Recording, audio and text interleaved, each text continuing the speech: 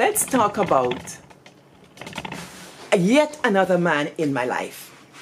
So I went to agriculture school and I came back to the village to teach at Buxton Community High School. I'm still very, skittish and don't know myself really well. And I was teaching there under May Hamer. She was a battle axe of a principal. To be honest, I was scared of her. When she opened her mouth and she said, "Comrade Beard!" Oh Lord.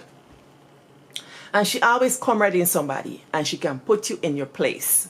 So I was a little afraid. But she and my father were very, very good friends. And she and my aunt were good friends. They iced cake together and things like that.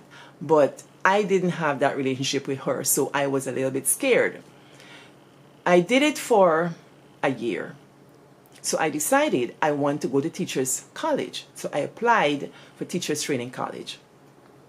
And I got an interview at the Ministry of Education.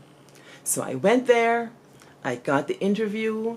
While I was being interviewed, they asked me, what have you done? I went to GSA. Some people consider it a backward move. You don't go to GSA and then go to Sir Potter College of Education. You go to Sir Potter, then you go to GSA. But my story is my story. That's my path.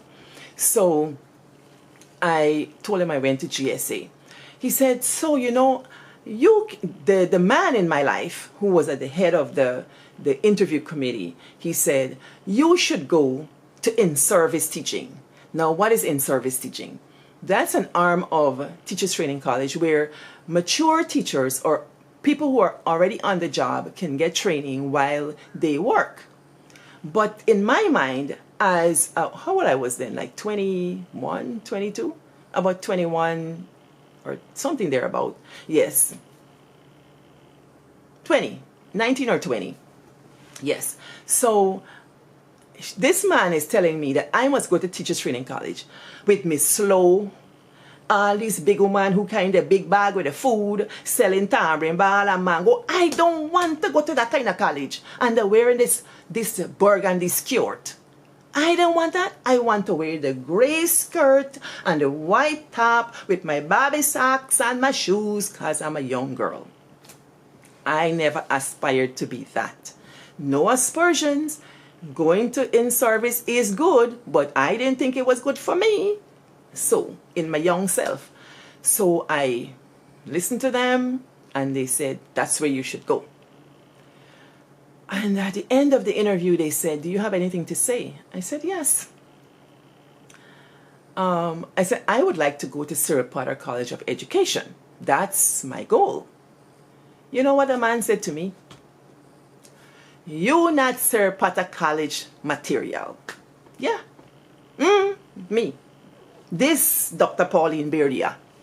He said to me, that man in my life, he couldn't know that Cousin Flassie already prophesied on my life. Maybe he didn't know that this Felicia in my name means something. It motivated me to be something.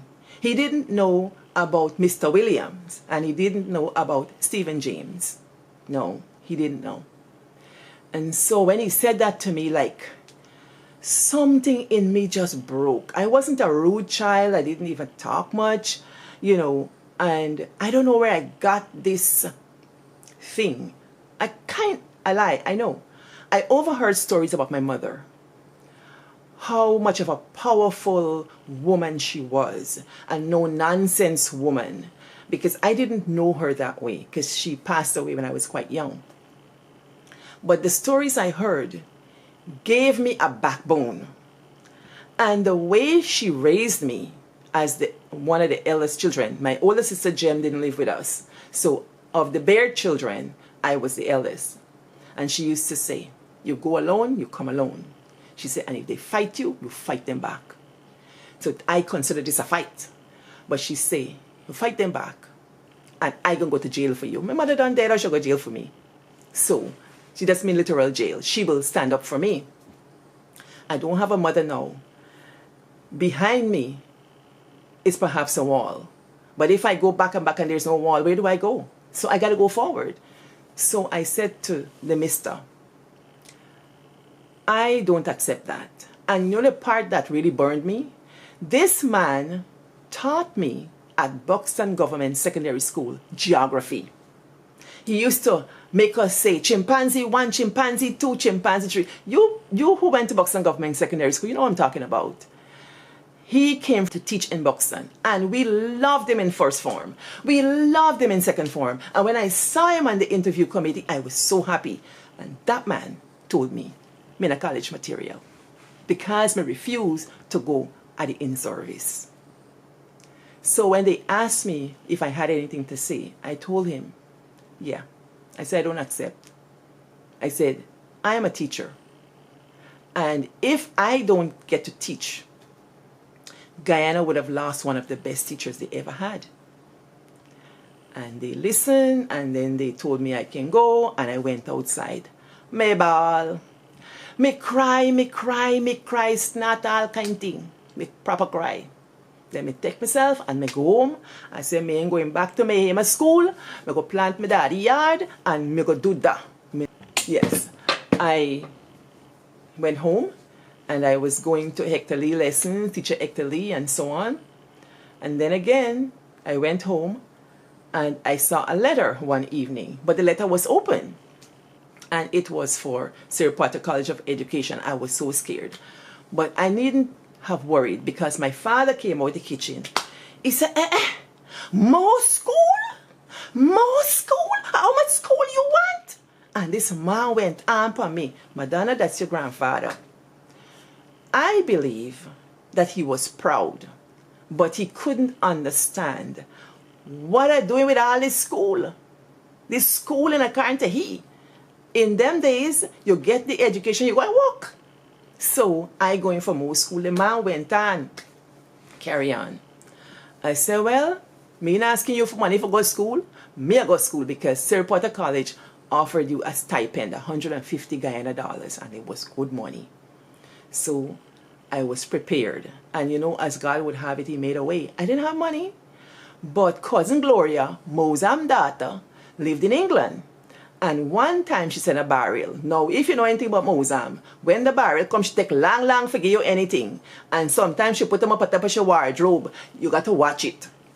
So this time, when the barrel come, cousin Gloria came and she invited me to go and tell me take whatever I want. And there was a gray kilt skirt in there. I took it. But I had taken it before I even got this acceptance to Sir Potter College of Education. And so I got my uniform and I was ready. And I went to Sir Potter College of Education. For the first semester, it was smooth sailing. But guess what? I had imposter syndrome. Imposter syndrome is when you think that you don't deserve something. Because he told me I wasn't college material, I thought to myself, how did I get here? If this man didn't approve of me, maybe I didn't get here the right way. And maybe, just maybe, I just don't have what it takes. Because this big man, who taught me in first and second form, told me this thing. And I was a little doubtful. So I was never quite comfortable in the first semester. And then the second semester came, and the principal changed. And a new principal came. Shock of my life. I'll finish here now. For now. You know, obstacles are thrown in your path. It's for you to decide what to do with them.